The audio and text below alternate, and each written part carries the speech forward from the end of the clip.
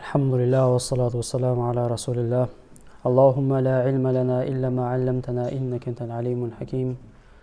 اللهم لا سهل إلا ما جعلته سهلا وأنت تجعل الحزن إذا شئت سهلا. رب يسر ولا تعسر وتمن بالخير وبك نستعين يا فتاح يا رب العالمين. رب اشرح لي صدري ويسر لي أمري واحلل عقدة من لساني يفقه قولي. اللهم صل وسلم وبارك على سيدنا محمد صلاة تفتح لنا بها أبواب الرضا والتيسير وتغلق بها عنا أبواب الشر والتعسير إنك يا مولانا نعم المولى ونعم النصير. ربنا آتنا في الدنيا حسنة وفي الآخرة حسنة وقنا عذاب النار.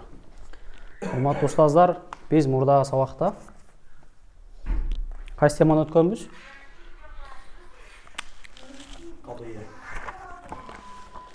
Naam. Biz murdağı sabaqda qadiyya jana qadiyyanın bölünüşü o'tganmiz, ha? Al-hamliyya va ash-shartiyya. Musannif rahimahulloh birinchi hamliyani olib keldi-yu bayondab, ja shartiyani olib keldi-yu bayondab.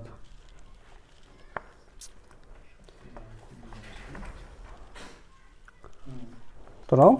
Murdağı sabaqda nimani o'tdik-da biz? ثم القضايا عندهم قسمان شرطية حملية والثاني deb turib hamliya jönde söz qilganda, demek musannif rahimahulloh hamliyani birinchi shartladi, shartiyani ikinchi o'ringa qo'ydi. Emnege dese, bunday ereje var. Al-juz'u muqaddamun alal kull. Al-juz'u muqaddamun alal kull. Kull nersege qaraganda жүз нәрсе бөлік эмне болот? Муқаддам болот. Мисалы мен стол жасай турган болсом, мисалы мен столду түшүндүрө турган болсом, мен столду кантип түшүндүрөм? Башынан столдун бутун, столдун жанында жабдыктарын түшүндүрүп алып, андан кийин эмне кылам? Столдун өзүн түшүндүрөм. Демек, урматтуу бир туугандар, аалымдар хамлияны жүзү деген, а буну эмне деген? Кул деген. Кандайча? Алымдар айтат, шартия, қадия шартия бар ғой. Қадия шартия эки хамлиядан турат дейді. Bir қадия шартия, эки хамлия қадиядан турат. Мисалы, إذا كان الماء مفقودا فالتيمم Fatayammumu jaizun. Fatayammumu jaizun. Эгерде суу жок боло турган болсо, анда таяммум алса дурус болот, жайыз болот деген. Буну экиге бөлө турган болсо, кандайча бөлүнөт? Ал-мау мафкудун, таяммуму jaizun деп бөлүнөт. А бирок чын-чынына келгенде, бул мындай экен да. Кадыя шартыя эки хамлиядан түзүлөт деп айтылышта гана да. Чын-чынына келгенде, бұл қадия хамлия емес та. Жана бұл дағы эмне? Қадия хамлия емес. Эмнеге? Қадияны қадия қылған нәрсе эмнеле? Біз мұрда соқта айтқанбыз. Қадияны қадия қыла тұрған нәрсе бұл эмне? Хүкім. Қайсыл жерде хүкім болса, ошол жерде ғана қадия табылады. Бұл жерде су жоқ деп айтты бу, же эгерде су жоқ болса деп айтты бу. Екон айырмасы бар да. Демек, эгерде суу жок болсо деген башка, суу жок деген башка да. Анда таяммум алган дурус болот менен таяммум алуу дурус болот деген эки башка да. Демек, караңыздар, бул эки кадыя тура алымдар айтат, кадыя шартыяны эки кадыя хамлияга бөлсө болот деп айтылышта гана. Бирок мажазан гана айтылат экен да булчу. Мажазан. А чын-чынына эгерде териштирип келе турган болсок, бул эки кадыя хамлия эмес. Бирок эмне себептен? Бир нерсе жетпегендиктенби же бир нерсе ашыкча болгондуктанбы? Ашыкча. Анткени негизи кадыя хамлияга тийишелүү нерселер бүт бардыгы бар. Кадыя хамлия эмнеден турат? Мауду, мисалы мына ал-мау мафкуд, эмне? Махмул. Туурабы? Мауду жана махмул жана нисбат жана хукм. Туурабы? Ошол хукмду кайсы нерсе жок кылып салды? Иза кана дегенчи. Ин канат иш-шамсу талиатан фан-нахару мавжудун. Эгерде атам келсе, анда алма ала келет. Атам келди деп айткан жок, эгерде атам келсе депчи. Демек, урматтуу бир туугандар, караңыздар. Кадыя шартыя чын-чынына келгенде эки кадыя хамлиядан турбайт. Бирок алымдар эки кадыя хамлиядан түзүлөт деп айтып коюшкан мажазан. Мажазан. Чын-чынына эгерде бөлүштүрүп, териштирип карай турган болсок, кадыя шартыя эки кадыя хамлиядан түзүлбөйт. Түшүндүрө алдым?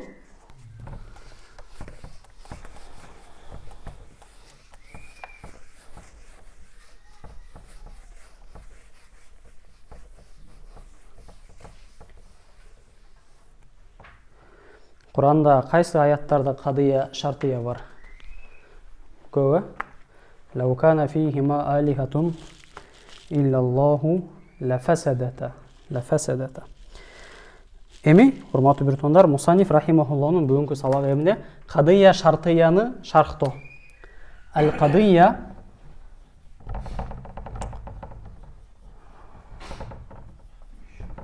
аш-шартыя экиге бөлүнөт.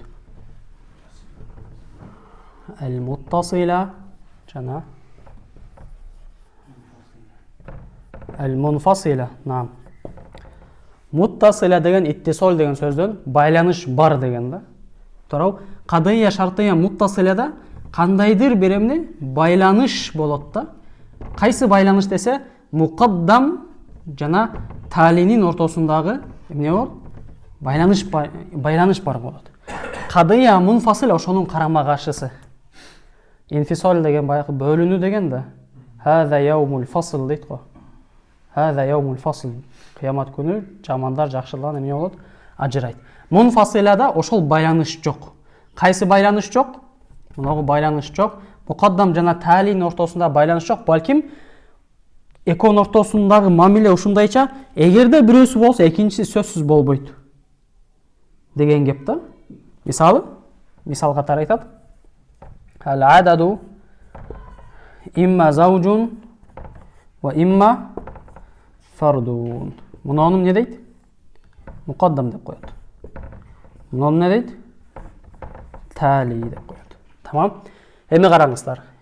Эгерде сан жуп болсо, демек ал эмне? Ал так эмес. Эгерде так болсо, демек ал жуп эмес. Ушул эки варианттын кайсынысы орун алса, экинчисинин жок экендигин аныктайт да. Туурабы? Адам же эркек же аял. Эгерде эркек болсо, анда ал аял эмес, эгерде аял болсо, ал эмне? Эркек эмес. Демек, бул жерде мукаддам жана талинин ортосунда кандай неме бар? Кандай нисбат бар? Танафур деп коет. Танафур деген качан бирөөсү табылса, экинчисинин жок экендигин талап кылат да. Эгерде бунусу табылса, экинчиси бунусу жок экендигин талап кылат. А кадыя шартыя муттасилада андай эмес. Кадыя шартыя муттасилада андай эмес. Кандайча? Мисал айтайлы. Иза кана ал-мау мафкудан фаттаяммуму жаизун. Бул жерде кандай байланыш болуп жатат? Биринчиден бөлүп алабыз. Бул мукаддам, бул тали. Шарт жаза десек деле болот. Эгерде суу жок болсо, анда таяммум дурус болот. Таяммум алсаң болот. Демек, караңыздар. Бул экөөнүн байланышы кандайча? Бул экөөнүн байланышы шарт жана жаза. Таяммумдун дурус болуусу муного байланган. Тамам? Таяммумдун дурус болуусу мого байланган. Демек, бул жерде экөөнүн айырмасы эмнеде? Кадыя муттасилада мукаддам менен талинин ортосунда байланыш бар. Кадыя мунфасилада мукаддам менен талинин ортосунда карама-каршылык бар экен да. Эгерде бирөөсү бар болсо, экинчиси сөзсүз жок деген кеп. Тамам? Ошону окуйлу. Тамам окуйсузбу сиз?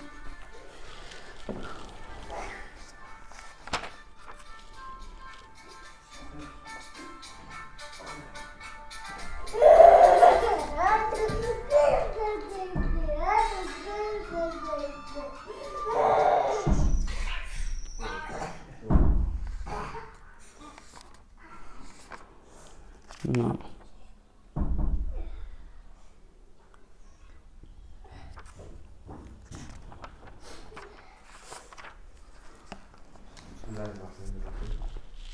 قال وإن على التعليق فيها قد حكم فإنها شرطية وتنقسم أيضا إلى شرطية متصلة ومثلها شرطية منفصلة. Bir sekund. وإن على التعليق فيها قد حكم. Қараңыздар, сөздің мәнісіне сөзге мәні берейлі да. Егерде талиқке өкім берілсе, талиқ деген емне? Байланыш. Ниспатқа өкім берілсе. Қайсы ниспатқа? Қараңыздар. Бұл жерде дағы ниспатқа өкім беріліп атады, бұл жерде дағы ниспатқа өкім беріліп атады. Бұл жердегі ниспатта иттисолдан өкім беріліп атады. Мына ешқанда бұл менен бұның ортасындағы ниспат емне? Байланышы бар деген өкім беріліп атады. А бұл жерде қадия мунфасилада дағы талиқ өкім беріп атады. Мына екеуінің ортасына өкім беріліп атады. Қандайча өкім? Танафур деген. Демек бұл жерде иттисол, бұл жерде танафур.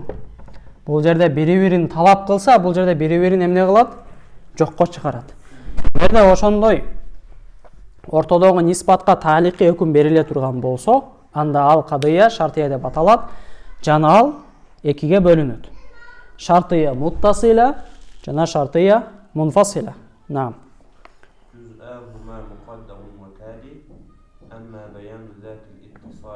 Эми бул жерде bir секунд. Juz'ahuma muqaddamun wa tali.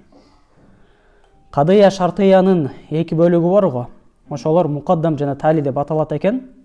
Muqaddam деген эми уже понятно, алдыга келгендиктен muqaddam деп аталат. Tali li tulu.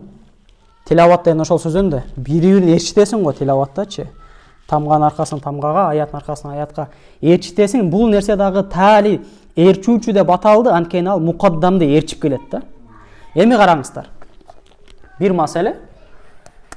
Кадыя муттасиладагы муқаддам талиге бөлүнөт, эки бөлүгү. Кадыя мунфасиладагы муқаддам жана талиге бөлүнөт. Бирок муқаддам тали деп өзүнүн өкүмдөрү бар да. Эгерде муқаддамды исбат кылсаң, талини нафи кылган болосуң, же ушундай бир өкүмдөрү бар да. Ошол өкүмдөр тек гана муттасилада эмне болот? Роль ойнойт. Бул жерде эч кандай роль ойнобойт. Чондасызбы? Демек, muqaddam менен талимге хос болгон өкүмдөр кадыя муттасилада роль ойнойт, бул жерде эч кандай роль ойнобойт.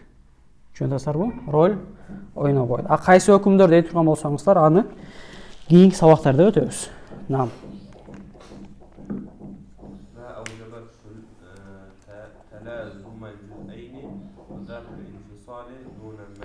Amma bayanu zat ittisali, al эми кадыя муттасиланын баяны төмөндөгүчө, ал ушундай, ал эки бөлүктүн ортосунда талазум бар экендигине өкүм берилген.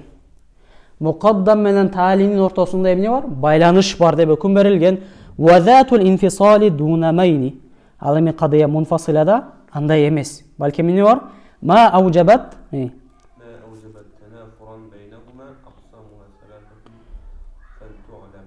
Кадыя мунфасилада наоборот танафур, бири-бирине келишпестик, бири-бирине карама каршылык бар экен деп өкүм берилген.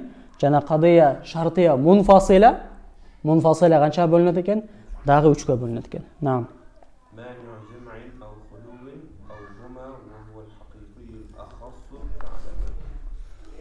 Мани'у жам деп аталат, мани'у хулу деп аталат. Жана мани'у жам жана хулу экөө тең табылганы хакыйкый деп аталат. Кадыя шартия мунфасила хакыйкый деп аталат. Жана ал ошол кадыя хакыйкый бар го. Мани'у жамга караганда дагы, мани'у хулуга караганда дагы ахос болуп турат. Тиги экөө аам болсо, мани'у жам менен мани'у хулу бул экөө аам болсо, мани'у жам вал хулу мындай ешкандай кадыя хакыйкый ахос болуп калат. Наам. لما تكلم عن القضية الحملية أخذ يتكلم عن الشرطية لأن الأولى جزء من الثانية. نعم. والجزء مقدم على الكل. Biz айтканбыз, айттыга азыр эле Мусаниф рахимахулла кадыя хамлия тууралуу сүйлөгөн соң кадыя шартия жөнүндө сүйлөп баштады. Эмнеге хамлияны биринчи орунга койду, шартияны экинчи орунга койду? Анткени кадыя хамлия бул бөлүк, жүзү болот кадыя шартияга. Ал эми бөлүк кулга караганда эмне болот экен? Муқаддам болот. بقوله وإن على التعليق فيها قد حكم في البيت. يعني أن القضية الشرطية ما تركبت من جزئين ربط أحدهما بالآخر بأداة شرط أو عناد. Мындайча айтканда, кадыя шартыя ал ушундай кадыя шартыя ал ушундай бир кадыя, ал эки бөлүктөн турат. Ал экөөнүн ар бири экинчисине же адату шарт менен байланган, же адату инат менен байланган. Караңыздар. Кадыя шартыя муттасилада адату эмне болот? Адату шарт менен байланат. Ал кайсы? إذا كان الماء مفقودا فالتيمم جائز. إذا كان إذا هو كان ديم ده إذا جوسو إن كانت الشمس طالعة فالنهار موجود. إن деген бар ғой. Эгер да атам келсе, демек алма ала келет деген. Мисалычы. Адату шарт кайсыл жерде болот экен? Кадыя муттасилада. Ал эми адату инат деген эмне? Инат деген ба бири-бирине карама каршылык деген да. Ал кадыя мунфасилада болот. Мисал эмне? Имма деген. Же сен келесиң, же сен окубайсың. Мисалычы. Сан, же жуп, же так. Туурабы? Жени качан алып келет? Качан экөөнүн бирөөсү гана иштейт деген ушуду алып келет да. Экөөнүн бирөөсү гана болот деген мааниде алып келинет. Наам.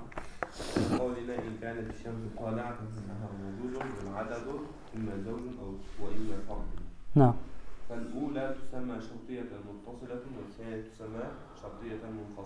Түшүнүктүү эле? وأول كل منهما يسمى مقدما والثاني يسمى تاليا. نعم. الشرطية المتصلة ما أوجبت تلازم الجزئين بأن يكون أحدهما لازما للآخر كمثال المقدم متقدم. فالشرطية المتصلة ما أوجبت تلازم الجزئين. قضية شرطية متصلة да ушундайча өкүм берилет. Ал эки бөлүктүн ортосунда связь бар. Азыркы мисал сымал. Кандай связь? Күндүн чыгуусу менен күндүздүн келүүсүнүн ортосунда түзмө-түз эмне байланышы бар. Наам. Туура. Ошондо кайсынысы лазим, кайсынысы мальзум болот? Толуу шамс лазимби же вужудун нахар лазимби?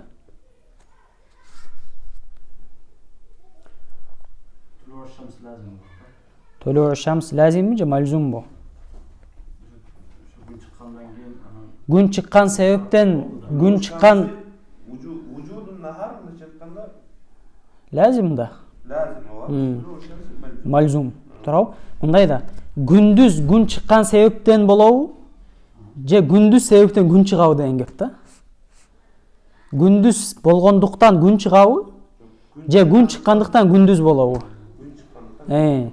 Демек толуу шамс мальзум, вужудун нахар лазим. Наам. والشرطية المنفصلة ما أوجبت أي دلت على التنافر بينهما فإن الزوجية في المثال المتقدم منافرة للفرضية. Кадыя шартыя мунфасилада ал экөөнүн ортосунда келишпестик, карама-каршылык бар деген өкүм чыгарылат. Өйдөдө өткөн мисалда сан же жуп, же так деп айтканда эмнени түшүнөбүз? Сан же жуп болот, же так болот. Эгерде жуп болсо, демек так эмес, эгерде так болсо, демек ал жуп эмес. Демек жуптук жана тактыктын ортосунда эмне бар? Танафур бар да, келишпестик бар. Эгерде жуп болсо так эмес, так болсо жуп эмес. Наам. Жанагы 3 бөлүккө келдик, а? Мындан өчүрүп алайын. 1 секунд.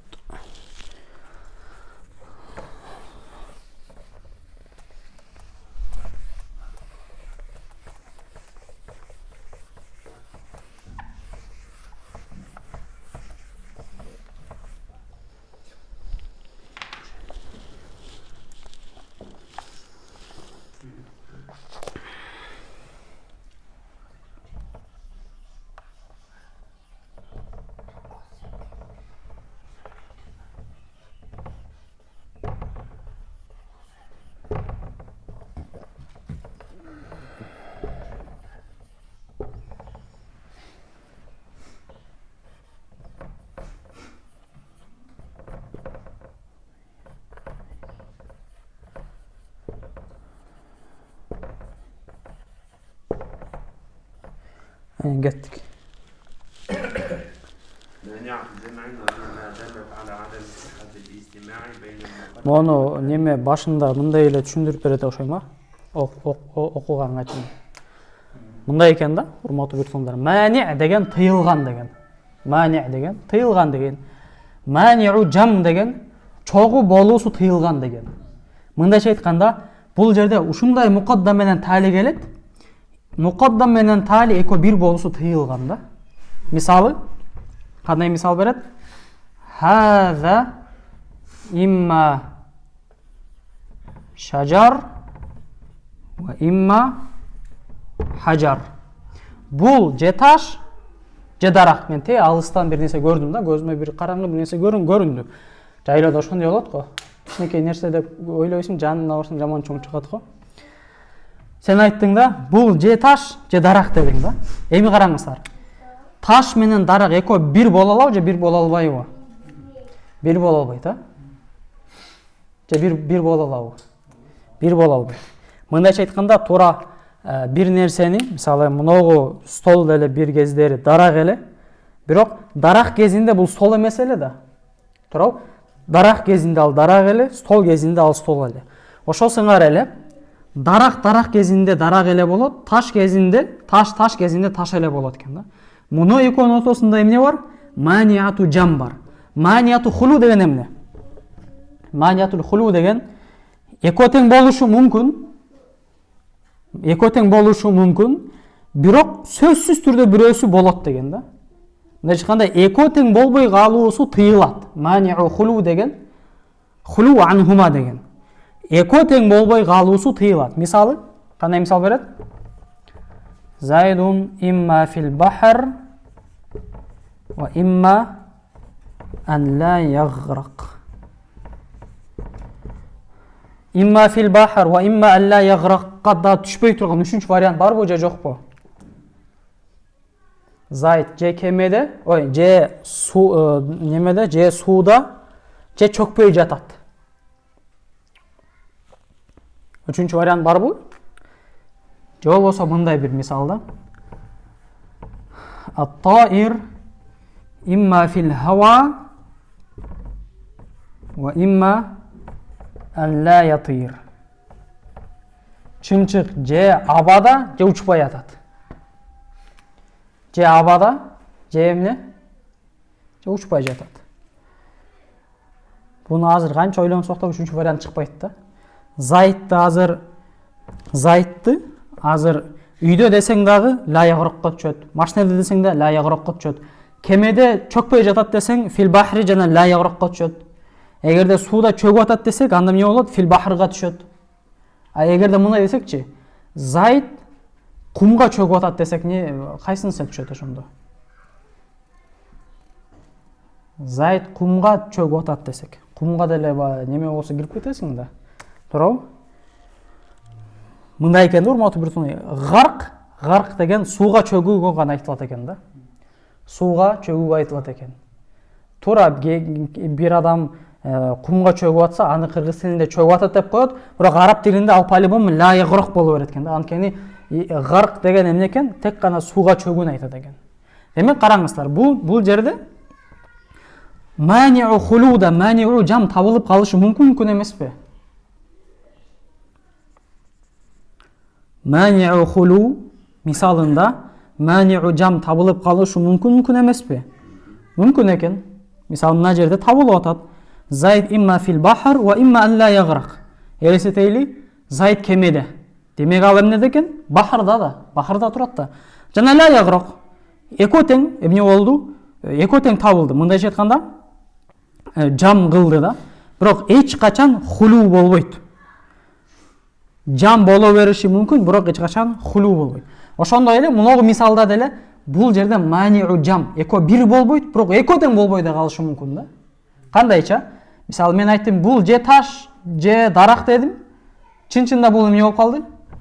Инсан болуп калды. Таш дагы эмес, неме дагы эмес, дарак дагы эмес, инсан болуп калды. Эми караңыздар. Үчүнчүсү кадыя хакыкыя мунфасила. Кадыя хакыкыя деп эмнеге хакыйкый деп аталып калды?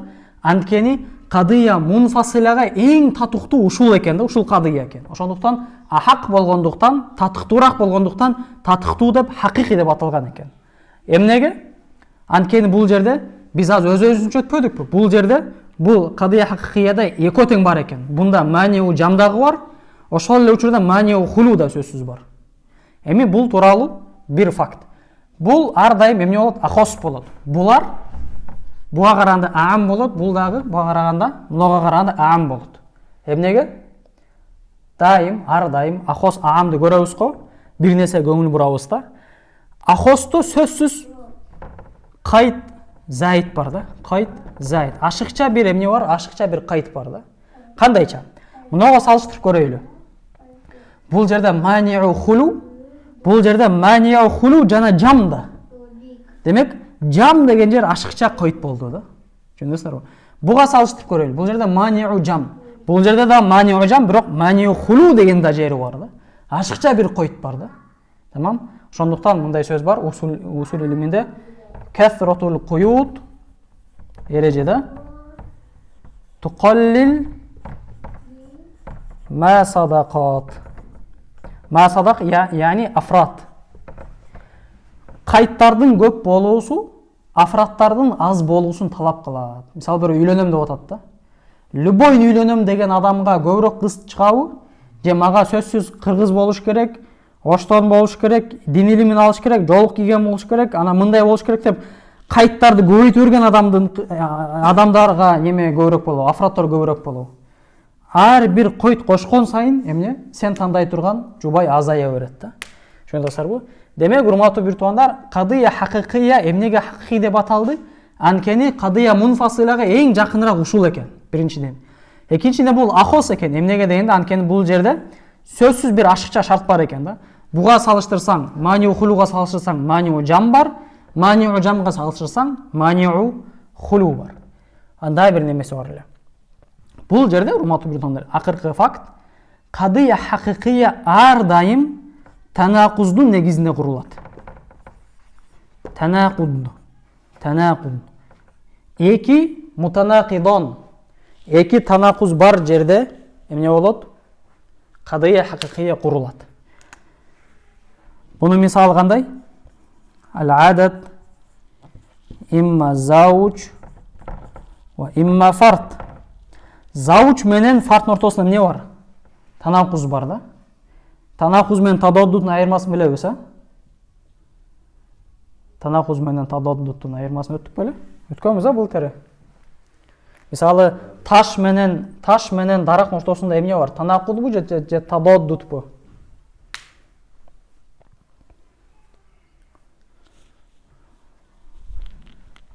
Мен азыр неме этейин, а? Эрежесин жазып, бир кайталап коёюлу. Азыр бир-эки мисалдарды айтам, уже сразу чагып турушубуз керек да.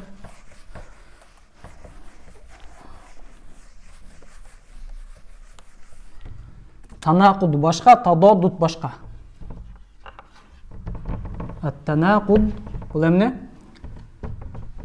Ла яджи тамиани ва ла яртафиани, ва ла яртафиани. Эко бир болбойт, эко башка-башка да болбойт. Мындай айтканда, экөөнүн бирөөсү сөзсүз болот. Мисалы, ал-вужуд вал-адам. Экөөнүн ортосунда эмне бар? Танакуз бар. Бир нерсе же бар же жок да. Үчүнчү вариант жок. Же бар же жок. Үчүнчү варианты жок. Ла яштамиан ва ла яртафиан.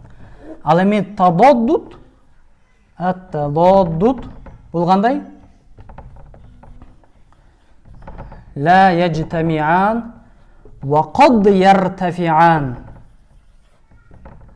Ва кад яртафиан.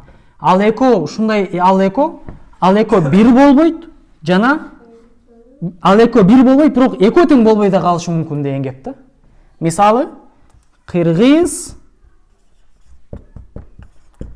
ва руси. Кыргыз ва руси. Экөөнүн ортосунда танакуз барбы же тадоддут барбы? Тадоддут. Неге?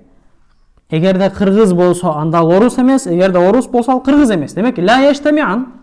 Бирок экөө тең болбой, башка бирөө болуп калышы мүмкүнбү? Турки болуп, мисалы. же араб болуп калышы мүмкүн бу? Болуп калышы мүмкүн. Демек караңыздар. Кыргыз менен орустун ортосунда танакуз жок, тадоддут бар. Эми караңыздар. Телефон менен партанын ортосунда танакузбу же тадоддутпу? Телефон менен партанын ортосунда тадоддутпу же танакузбу? Неге? Телефон дагы эмес, парта дагы эмес, китеп да болуп калышы мүмкүн да. Жо, мисалы мен айттым да, муногу нерсе же телефон же не дедим? Парта дедим да. Көргөзүп атам, бирок алыс да. Менден алыс. Муну же телефон же парта дедим. Ичине жакын барып карасак, парта дагы эмес, телефон дагы эмес, эмне экен? Китеп экен. Мисалычы, жакын болсо деле, алыс болсо деле айырмасы жок. Танакузга кандай мисалдар бар дагы? Мисалы мындай айттым да, ошону кайталап коелу. Анын машинеси же кызыл же сары дедим. Танакузбу же тадоддутпу?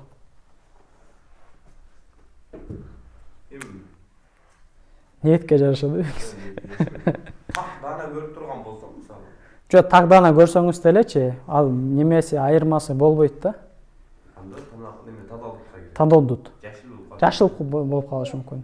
Мен айттым да, мен бул айттым, муногу же эркек же аял дедим. Бир инсанды көрөм, же эркек же аял дедим. Танакуз же тадоддутпу? Хунаса болуп калышы мүмкүн да. Туурабы? Болору да. Туурабы? На. Окуңуз дамлам. قم بإذن الله. مانعة جمع وهي ما دلت على عدم صحة الاجتماع بين المقدم والتالي وإن جوزت الخلو كقولنا الجسم إما أبيض وإما أسود فإن الجمع بين البياض والسواد ممتنع. Кебергилер айтат да, бул нерсе же ак же кара дедиң. Ак менен кара бирикпейт деп атасың. Бириктирип салса деле болот дейт да. Ак менен кара красканы бириктирсең не болот? Ак болобу же кара болобу? Аралаш болуп калат да. Бул же ак эмес, же кара эмес. Өзүнчө бир атка ээ да. Туурабы? Демек, аралашсаң деле ал ак дагы болбойт, кара дагы болбойт. Ал башка бир нерсе болуп калат. Нам. Хулу деле болуп калышы мүмкүн. Нам. ومانعة خلو وهي ما دلت على امتناع الخلو من طرفيها وإن جوزت الاجتماع كقولنا زيد إما في البحر وإما ألا يغرق. Зайд же сууда же чөкпөй жатат. Нам. Манияту хулуда экөөнүн бирөөсү сөзсүз болуш керек деген шарт бар. Бирок ошондой болсо дагы эко тең болуп калышы мүмкүн. Бирок эко болуп калса дагы экөөнүн бирөөсү сөзсүз болот да. Эко тең болобу же экөөнүн бирөөсү болобу, айтор экөөнүн бирөөсү сөзсүз болот. Нам. فإن الخلو عن الطرفين ممتنع ويجوز الجمع بأن يكون في نحو مركب. Маркиб деген баягы судно да. Сафина yani. Нам.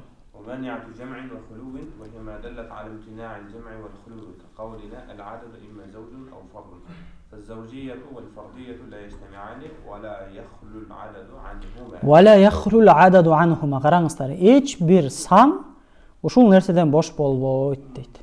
Бул негизи маруф эле, көрүклөр 1,5 болсочу деп айтат. Же болсо 1,8 болсочу, 1,5 болсо дагы, 1,8 болсо да, канча болсо да эмне болот?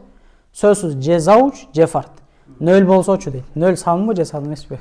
Сан эмес, а? Кеттик. وهي أخص من مانعة الجمع لمنعها الخلو ومن مانعة الخلو لمنعها الجمع. بينها وبين. Караңыздар, бул кадыя хакыкыя бар го, манияту жам жана хулу болгон. Ал манияту жамга караганда ахос болот. Эмнеге? Анткени анда маниятул хулу деген кошумча шарт бар да, аз айткан. Жана маниятул хулуга караганда ахос болот, анткени анда баягы хакыкыяда маниятул жам деген өзүнчө да бир кошумча шарт бар. Айткандай эле, кайсыл жерде кошумча шарт болсо, ал жерде эмне? Ал нерсе ахос болот. На. فبينها وبين كل منهما العموم والخصوص المطلق وتسمى حقيقية لأنها أحق باسم الانفصال. نعم. ولم يبين المصنف أقسام الشرطية المتصلة والمنفصلة ولا أسوارهما كما فعل في الحملية تقريبا للمبتدئ وذلك في المطولات. Мусаниф рахимахулла шартия муттасил мунфасиланын бөлүнүштөрүн баяндаган жок. Жана баягы асвар деген эмне? Бакы куллама жоосу мындай да, бул жерде биз азыр эч кандай суур кошпостон айттык да. Эгерде күн чыкса күндүз болот. Эгерде ар дайым күн чыкса күндүз болот десе, бул уже эмне болот? Мусаввара болот. Кээде күн чыкса күндүз болот десе, анда да мусаввара болот. Кээде ар дайым деген сөздөрдү кошкон жок, анткени бул маселелер эмне экен? Кийинки чоң китептерде окулат. Саллаллаху алейхи халқихи Мухаммад ва аля алихи ва асхабихи аджмаин.